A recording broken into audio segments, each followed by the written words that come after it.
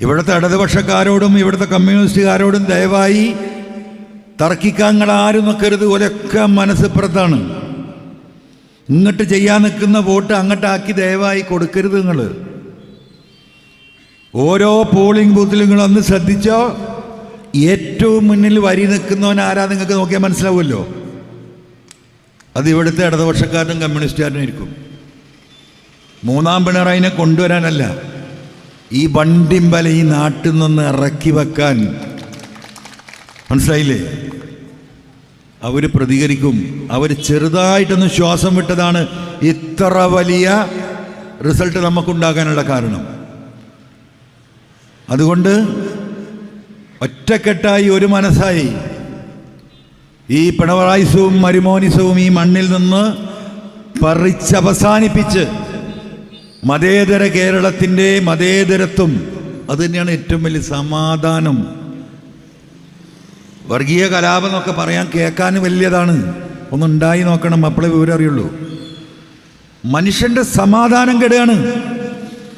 ഒന്നും വേണ്ട, നിങ്ങൾ അവനാൻ്റെ വീട്ടിലെ കാര്യം ആലോചിച്ച് നോക്ക്. വീട്ടിൽ മക്കളായിട്ടോ ഭാര്യയായിട്ടോ രക്ഷിതാക്കളായിട്ടോ നമുക്ക് ഒരു അഭിപ്രായ വ്യത്യാസമുണ്ടായി, ഒരു വിഷമം വന്നൊരു മനസമാധാനക്കേട് ഉണ്ടായാൽ എത്രത്തോളം നമ്മുടെ ജീവിതത്തിന് ഇത് ബാധിക്കുമെന്ന് നമുക്കറിയാം. പിന്നെ ഈ നാടാകെ മനസമാധാനക്കേടായാൽ ആ മനുഷ്യരുടെ മാനസികാവസ്ഥ എല്ലാ വിഭാഗത്തിലും എന്തായിരിക്കും? ആ വലിയ ദൂരവ്യാപകമായ ഒരു ദുരന്തത്തിലേക്ക് കേരളത്തിലെ കൊണ്ടുപോകാൻ പിണറായിയും മരുമകനും പരിശ്രമിക്കുമ്പോൾ അതിനെ തിരിച്ചു പിടിച്ച് ഈ മതേതരത്വം കേരളത്തിൽ നിലനിർത്താനുള്ള പോരാട്ടത്തിലേക്ക് നമ്മൾ കിടക്കണം. MLA-മാർക്കൊന്നും ഒരു പണിയില്ല. ഞാൻ ഇപ്പോൾ കുറേ കാലം നടന്നാണല്ലോ, ഒരധികാരമില്ല. നമ്മളിങ്ങനെ കത്ത് കൊടുക്കും മന്ത്രിമാർക്ക്, ഒന്ന് സഹായിക്കണേ, വരുന്ന ആളൊന്ന് പരിഗണിക്കണേ, ഈ റോഡ് ഒന്ന് അനുവദിച്ച് തരണേ എന്ന് പറഞ്ഞിട്ട് ഇങ്ങനെ റിക്വസ്റ്റ് കൊടുക്കണ പണിയാണ്. ഒരധികാരമില്ലാത്തവരെ MLA-മാർ. ആൾക്കാരിതിന് കിടന്ന് മരിക്കണ കാണുമ്പോൾ വിചാരിക്കുമ്പോൾ ഇത് എന്തോ വലിയ സംഗതിയാണ്. ഒന്നുമില്ല. ഒരു 6 കോടി റുപ്യ കൊല്ലത്തിൽ MLA ഫണ്ടായിട്ട് കിട്ടും. അത് നമുക്കെന്താ പറയുക, നാട്ടിലെ പഞ്ചായത്തുകൾക്ക് വീതം വെച്ച് കൊടുക്കാൻ കഴിയും. പക്ഷേ ജില്ലാ പഞ്ചായത്തിൻ്റെ അധ്യക്ഷൻ എന്ന് പറയുമ്പോൾ അത് ചെറിയ സംഗതിയായി നിങ്ങൾ കാണണ്ട. ഒരു 4-5 MLA-മാർ എടുക്കുന്ന പണിയും അതിൻ്റെ നിലയും വിലയുണ്ട് ജില്ലാ പഞ്ചായത്ത് പ്രസിഡന്റ്. അപ്പോൾ ആളുകളിങ്ങനെ MLA-നെയും ജില്ലാ പഞ്ചായത്ത് പ്രസിഡന്റിനെയും തൂക്കുമ്പോൾ MLA എവിടെയോ എന്നുള്ളൊരു തെറ്റിദ്ധാരണ ആദ്യം തന്നെ തിരുത്തുകയാണ്. ഇതാണ് ഇതിൻ്റെ വസ്തുത. രണ്ടാമത്തെ കാര്യം, എൻ്റെ ജീവിതത്തിൽ ഭയങ്കരമായിട്ട് ഇൻഫ്ലുവൻസ് ചെയ്തൊരു വ്യക്തിയാണ്. കാരണം കൊണ്ടോട്ടിയിൽ ശാബ്ദങ്ങൾ ചാരിറ്റബിൾ ട്രസ്റ്റിൻ്റെ ഈ ഡയാലിസിസ് സെൻറ്റർ ആരംഭിച്ചിട്ട് ഉദ്ഘാടനത്തിൽ എനിക്കന്ന് പങ്കെടുക്കാൻ കഴിഞ്ഞില്ല. പിന്നെ ഒരു 3 മാസം എന്തോ കഴിഞ്ഞിട്ടാണ് ഞാനവിടെ പോയി ഇത് കാണുന്നത്. അദ്ദേഹത്തിൻ്റെ ജീവിതത്തിൽ അദ്ദേഹത്തിൻ്റെ എന്താ പറയുക, സ്വർഗം കിട്ടാൻ അത് തന്നെ മതി.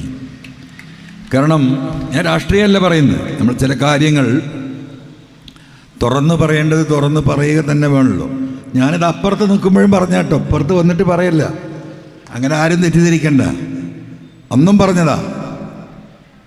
കാരണം നമ്മുടെ നാട്ടിൽ ഇന്ന് നമുക്കറിയാം, രോഗം കൊണ്ട് നമ്മൾ എന്താ പറയുക, ശ്വാസം മുട്ടി ജനങ്ങൾ എങ്ങനെ മുന്നോട്ട് പോകുമെന്നറിയില്ല. ഇന്ന് ഇന്ത്യയിൽ ഒരുപക്ഷെ ലോകത്ത് തന്നെ ഏറ്റവും കൂടുതൽ രോഗികളുള്ളൊരു നാടും നമ്മളെ നാടായിരിക്കും. നമ്മളെല്ലാത്തിലും മുന്നിലാണല്ലോ കേരളം. ഈ കണക്കാരും പറയാറില്ല. ഏറ്റവും കൂടുതൽ ഡയാലിസിസ് പേഷ്യൻ്റ്, കിഡ്നി പേഷ്യൻസ് നമ്മുടെ നാട് ഒട്ടാകുണ്ട്. എന്താ സ്ഥിതി? അത്യാവശ്യം ജീവിത സൗകര്യമുള്ളവനാണെങ്കിൽ ആദ്യം എങ്ങനെയെങ്കിലുമൊക്കെ മാനേജ് ചെയ്ത് ഡയാലിസിസ് നടത്തും. പിന്നെ എന്തെങ്കിലും പറമ്പോ എന്തെങ്കിലും വിൽക്കാനുണ്ടെങ്കിൽ അത് വിറ്റ് ചികിത്സ നടത്തും. അതുകൊണ്ട് മതിയാവില്ല, വീട് പണയത്തിലാക്കും. പണയത്തിലെ വീട് വീണ്ടും വിറ്റ് ആ പണം കൊണ്ട് ചികിത്സിക്കും. പലതരത്തിലുള്ള രോഗങ്ങൾ. ഏത് സമ്പന്നനെയും ഒരു നിലക്കല്ലെങ്കിൽ ഒരു മറ്റു നിലക്ക് ഒരു 3-4 കൊല്ലം കൊണ്ട് പാപ്പരാക്കുന്ന രീതിയിലുള്ള രോഗങ്ങൾ നമ്മളെ പിടികൂടിക്കൊണ്ടിരിക്കുകയാണ്. അതിൽ ഒരു പ്രധാന വില്ലനാണ് ഡയാലിസിസ്. പല കാരണങ്ങളാണ്.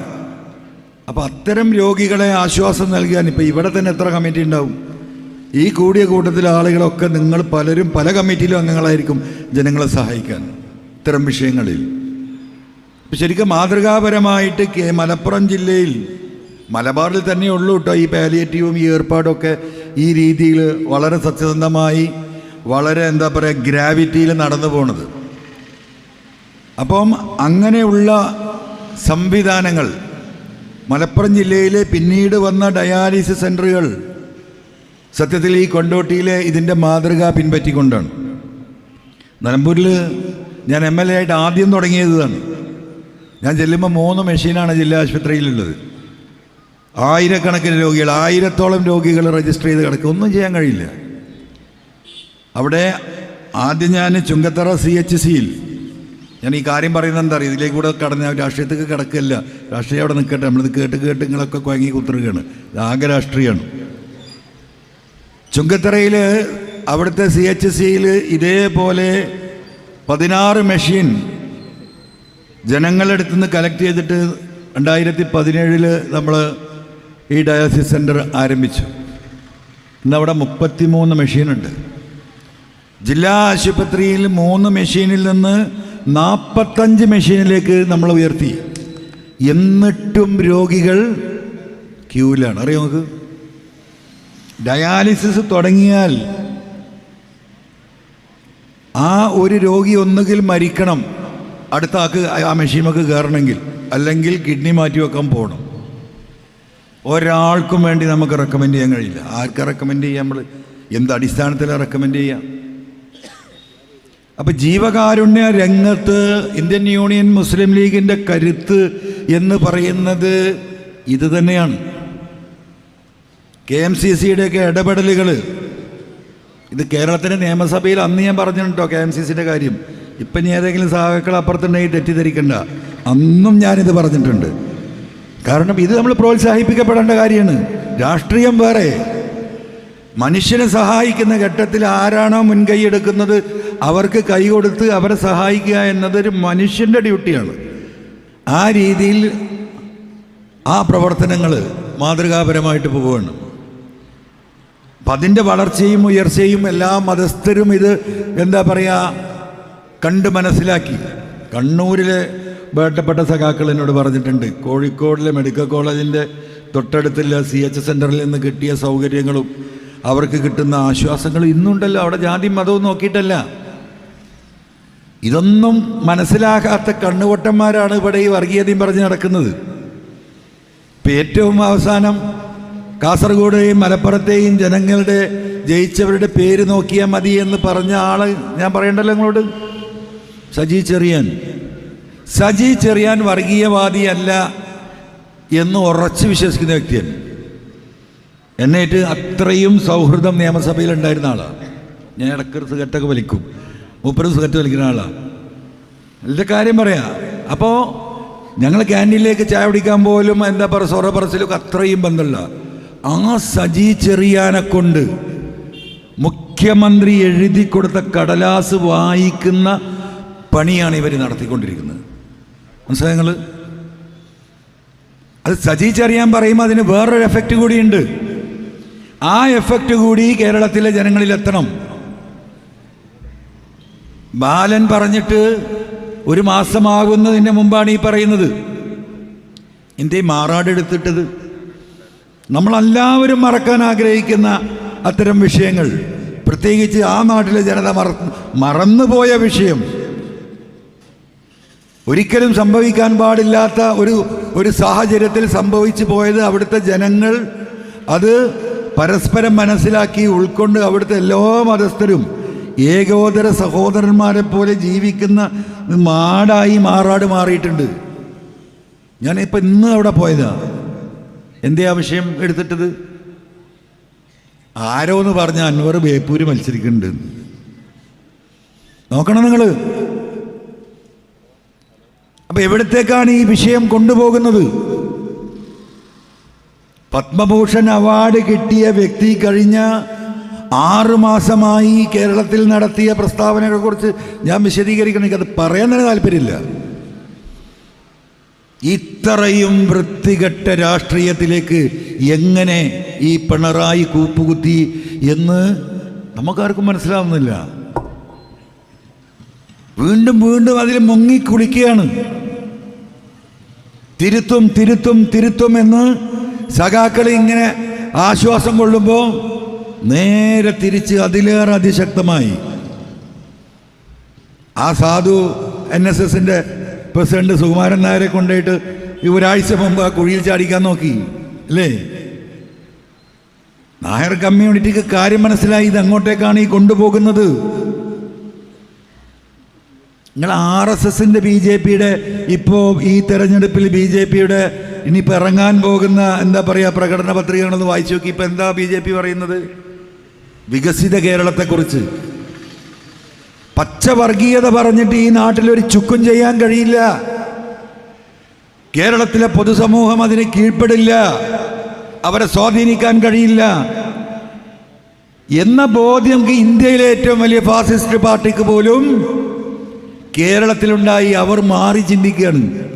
വികസനത്തെക്കുറിച്ച് പറയുമ്പോഴാണ് ഈ 19 വയസ്സായ മനുഷ്യനെ പച്ച വർഗീയത പറഞ്ഞ് മനുഷ്യനെങ്ങനെ എന്താ പറയുക മുറിച്ചെടുക്കാൻ കഴിയുമെന്ന് നോക്കുന്നത്. നടക്കൂ? ഈ ഇരിക്കുന്ന നമ്മളെ വൈസ് പ്രസിഡന്റ് നമ്മൾ പറയണ്ടല്ലോ, വിശദീകരിക്കേണ്ടതില്ല. ഇതറിയുന്ന ജനതയാണ് കേരളത്തിലുള്ളത്. അപ്പം എന്താ വേണ്ടത്? എന്ത് വില കൊടുത്തും മൂന്നാം ഗവൺമെൻറ് അധികാരത്തിൽ വരണം. എന്തും ചെയ്യും, എന്തും ചെയ്യും, ആരുമായും കൂട്ടുകൂടും, എത്ര കോടികൾ വേണമെങ്കിലും ചെലവഴിക്കും. ഏറ്റവും കൂടുതൽ വോട്ട് പണത്തിന് വിൽക്കാൻ കഴിയുന്ന വാങ്ങാൻ കഴിയുന്ന ഒരു തെരഞ്ഞെടുപ്പാക്കി ഇതിനെ മാറ്റാൻ പറ്റുമോ എന്ന് അമ്മോസനും മരുമകനും ആലോചിച്ചു കൊണ്ടിരിക്കുകയാണ്. സാധനം ഇഷ്ടം പോലെയാണ്, ഒരു കുറവുമില്ല. വിശദീകരിക്കേണ്ട കാര്യമില്ല, സമയം പോവും. എല്ലാം കഴിഞ്ഞ് ഞാനിപ്പോൾ ജബ്ബാറാജിൻ്റെ തലയിൽ ആ കിരീടം ഇങ്ങനെ വെച്ചപ്പോൾ ഞാൻ അങ്ങനെ നോക്കിയനി. ഇനിയിപ്പോൾ രാത്രി ആ പര കുത്തി പൊളിക്കാൻ പോലെ ആരെയും വരുമോ? കാരണം അല്ല, ഞാൻ ഇപ്പം ഇവിടുന്ന് ആലോചിച്ച കാര്യം പറയുന്നത്. അല്ല, നിങ്ങളൊന്ന് ആലോചിച്ച് നോക്കി, ഒന്നും ബാക്കിയില്ല. ഞാനിന്ന് ബേപ്പൂരിലുണ്ടായിരുന്നു. ഇന്ന് അവിടെ STUവിൻ്റെയും INTUCയുടെയും ഒരു സമരം ബേപ്പൂർ പോർട്ടിൻ്റെ അവസ്ഥയും വെച്ചിട്ട് പിന്നോക്കാവസ്ഥക്കെതിരെ നടത്തിയ എന്താ പറയുക ഒരു സമരം ഉണ്ടായിരുന്നു. അതിൽ പോയിരുന്നു ഞാൻ. അപ്പം അവിടെയുള്ള കോൺഗ്രസിൻ്റെ നല്ല നായർ തറവാട്ടത്തിൽപ്പെട്ട പഴയ പാരമ്പര്യ തറവാട്ടുകാർ കുറേ കോൺഗ്രസ്സുകാരുണ്ട്. ഓല് വന്നിട്ട് എന്നോട് ചോദിക്കുകയാണ്, അല്ല അൻവർക്ക, ഈ ഗവൺമെൻറ് ഒന്ന് മാറിയാലെങ്കിലും നമുക്ക് ഈ കള്ളന്മാരൊന്ന് പിടിക്കാൻ കഴിയുമെന്ന്. അപ്പം തിളങ്ങുന്നത് എന്ത് കണ്ടാലും. കരിപ്പൂരിലെ കാര്യം ഞാൻ ആവർത്തിക്കണ്ടല്ലോ, 153 കേസാണ്. ഇന്ന് ഹൈക്കോടതി ഇന്ന് വാർത്ത കേട്ടവരെന്ന് കേട്ടിട്ടുണ്ടാവും. ഇവർ പിടിച്ചെടുത്ത് കൊണ്ടുപോയി മുക്കിയ സ്വർണം തിരിച്ചു കിട്ടണമെന്ന് പറഞ്ഞ് ഇന്ത്യൻ കസ്റ്റംസ് ഹൈക്കോടതിയിൽ കൊടുത്ത കേസിൽ ഇന്ന് ജഡ്ജി ചോദിക്കുക, എന്താ നിങ്ങൾക്ക് ഇതിൻ്റെ അവകാശം? എയർപോർട്ടിലും എയർപോർട്ടിൻ്റെ പ്രിമിസസിൻ്റെ പരിസരത്തും മാർക്ക് ചെയ്ത ഏരിയയിൽ പോലീസിന് ഒരു അധികാരവുമില്ല. എന്തെങ്കിലും പിടിച്ചിട്ടുണ്ടെങ്കിൽ അവിടെ കസ്റ്റംസിനെ ഏൽപ്പിച്ച് റിപ്പോർട്ട് ചെയ്യണം. ഇന്ന് ഹൈക്കോടതിയിൽ നടക്കുന്ന ഹൈക്കോടതി നിരീക്ഷിച്ച കാര്യമാണ്. മുഴുവൻ അടിച്ചു മാറ്റി കൊണ്ടുപോയില്ലേ? കൊണ്ടോട്ടി തട്ടാൻ ചന്ദ്രൻ്റെ ഉണ്ണിൻ്റെ വീട് വരെ ഞാൻ കൊണ്ടുപോയി കാണിച്ചു കൊടുത്തില്ലേ? വല്ല അന്വേഷണം ഉണ്ടായോ? എന്തായിരുന്നു കേസെടുക്കൽ? ഈ ചാലിയാർ പുഴയിൽ നിന്ന് ഇവിടെയുള്ള കുട്ടികൾ 4 5 ആൾ കൂടി ഒരു സെക്കൻഡ് ഹാൻഡ് എയ്സ്റ്റർ ടിപ്പർ 4 ലക്ഷത്തിനും 5 ലക്ഷത്തിനും വാങ്ങി 1 ലക്ഷം കൊടുത്ത് ബാക്കി 4 ലക്ഷം അടവിട്ട് ഈ 4 ആൾക്ക് വെള്ളത്തിൽ മുങ്ങി 2 കൊട്ട മണൽ വാരിപ്പോയ അല്ലാഹു അക്ബർ ഓലങ്ങട്ട് പിടിച്ചിട്ട് മൂലക്കലാക്കിയിട്ട് ഇതായിരുന്നല്ലേ സ്ഥിതി? കോടികൾ കൊള്ളയടിക്കപ്പെടുമ്പോൾ ജീവിതമാർഗം ഒരു മാർഗവുമില്ല. എന്തെങ്കിലും പണി വില കൊടുക്കണം നാട്ടുകാർക്ക്, ആ ഏർപ്പാടില്ല. ഇവർ കണ്ടെത്തിയ തൊഴിൽ അവർ ജീവിക്കാനുള്ള ഈ ചാലിയാർ പുഴയിൽ നിന്ന് ഈ അറബിക്കടലിലേക്ക് ഒരു മുടക്കില്ലാതെ ഒഴുകിപ്പോകുന്ന ഈ മണല്, അതൊന്ന് സ്വരൂപിച്ച് എങ്ങനെയെങ്കിലും കുടുംബം പോറ്റാന്ന് വിചാരിച്ചാൽ ഈ അജിത് കുമാറും സുജിത് ദാസും വിടൂല, അല്ലേ? എത്ര ചെറുപ്പക്കാർ ഇപ്പോഴും നടക്കില്ലേ? 1 ലക്ഷത്തിൽ ചില്ലാനം ചെറുപ്പക്കാർക്ക് പാസ്പോർട്ട് പുതുക്കാൻ ഇപ്പോഴും കഴിയുന്നില്ല ഈ ജില്ലയിൽ. ആരെങ്കിലും ഉണ്ടായോ ചോദിക്കാൻ? എന്തിനാ ഒരു ബൈക്കിൽ 3 ആൾ പോയാൽ 3 ആളെ പേരിലും കേസ്?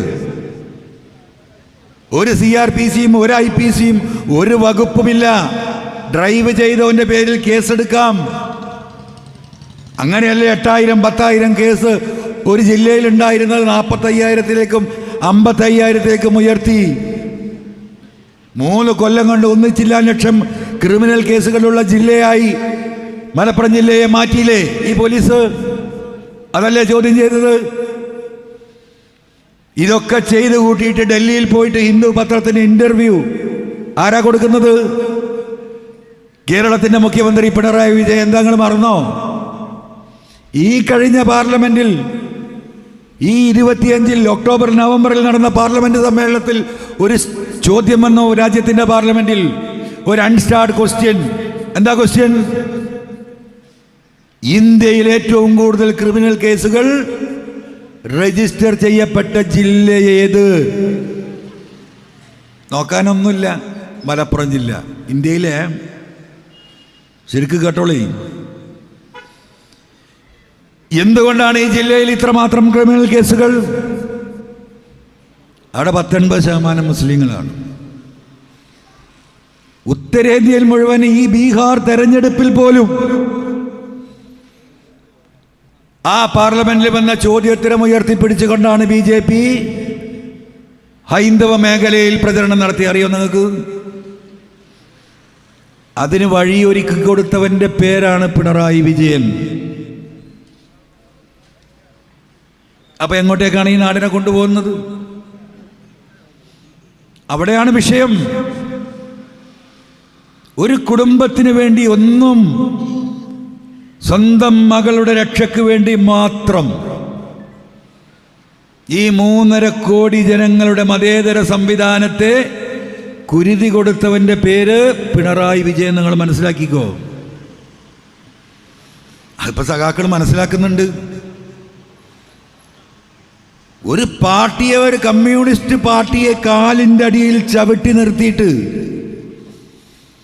പാർട്ടിക്കൊരിഞ്ച് മുന്നോട്ട് പോകാൻ കഴിയാത്ത വിധം അധികാരവും പാർട്ടിയെയും ഉപയോഗപ്പെടുത്തി അടിമകളാക്കി മാറ്റി പാർട്ടി സഖാക്കളെ. മൂക്കുന്ന് ചൂളവിടാനുള്ള ധൈര്യമില്ലാതായി. പിണറായി കൽപ്പിക്കും, അത് നടപ്പിലാക്കും. കേരളമൊട്ടാകെ അതിൻ്റെ പ്രതിഫലനം കണ്ടുകൊണ്ടിരിക്കുകയാണ്. മതേതര കേരളത്തിൻ്റെ കടക്കൽ കത്തിവെക്കാൻ ആര് പരിശ്രമിച്ചാലും അതിനെ തടയിടാൻ ഇവിടുത്തെ മതേതര ഹൈന്ദവ സമുദായം, ഇവിടുത്തെ ന്യൂനപക്ഷങ്ങൾ രാഷ്ട്രീയം മറന്ന് കേരളത്തിൽ മുന്നോട്ട് പോവുക. നിങ്ങൾ മനസ്സിലാക്കിക്കൊള്ളേ. സാധാരണ നമ്മുടെ തെരഞ്ഞെടുപ്പ് ഇടതുപക്ഷവും വലതുപക്ഷവും തമ്മിലാണ്.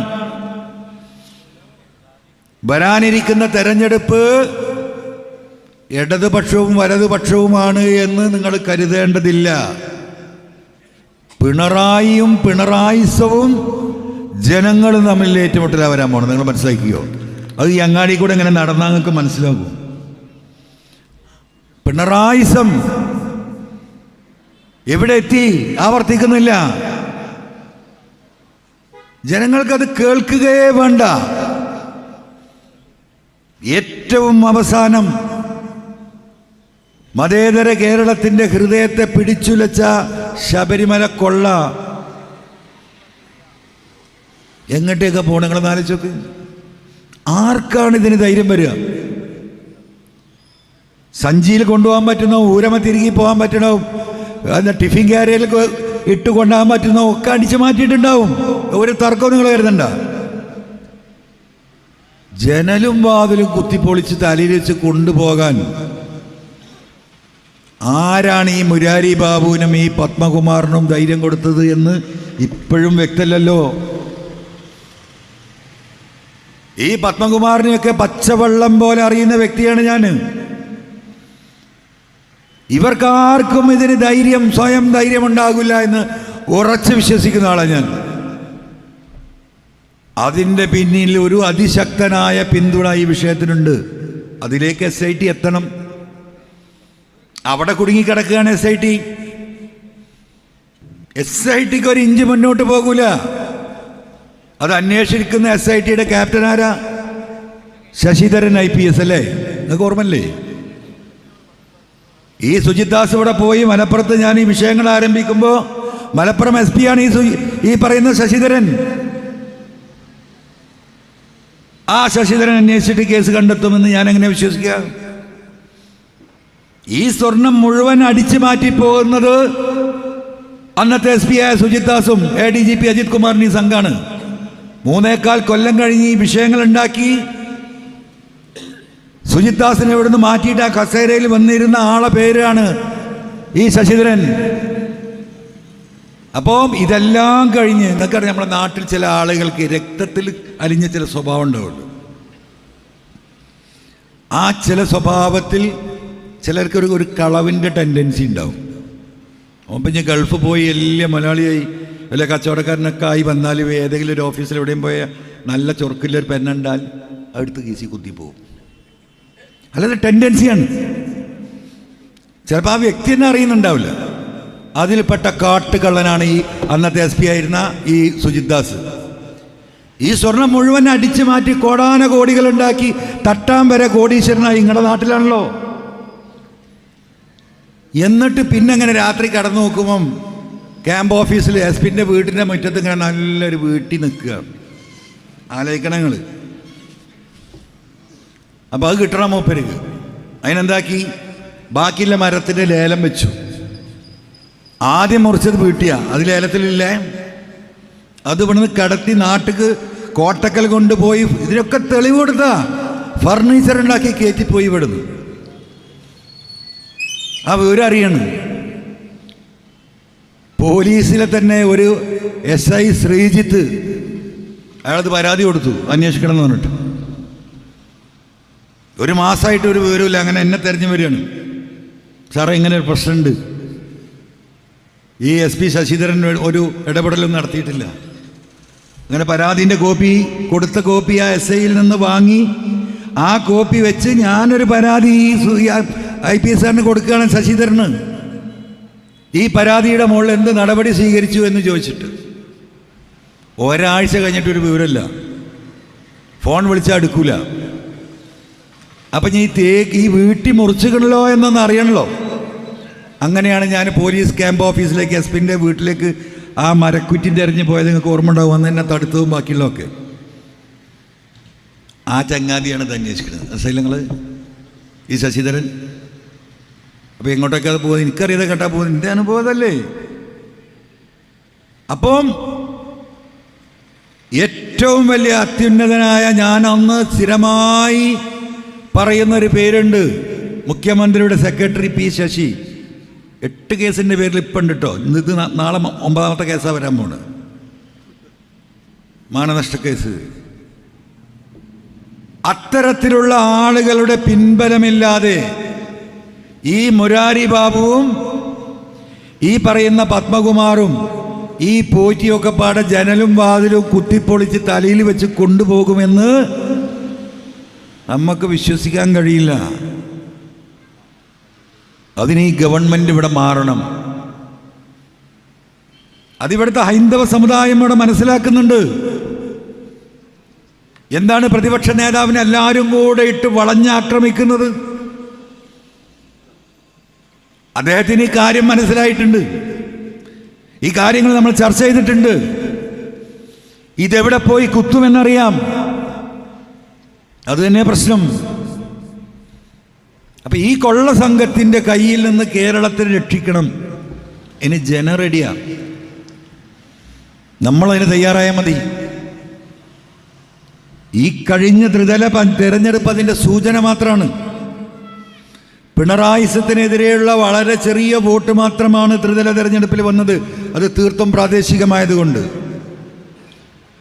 പക്ഷേ ഈ പറയുന്ന പിണറായിസത്തിനെതിരെ പരിപൂർണമായ വോട്ട്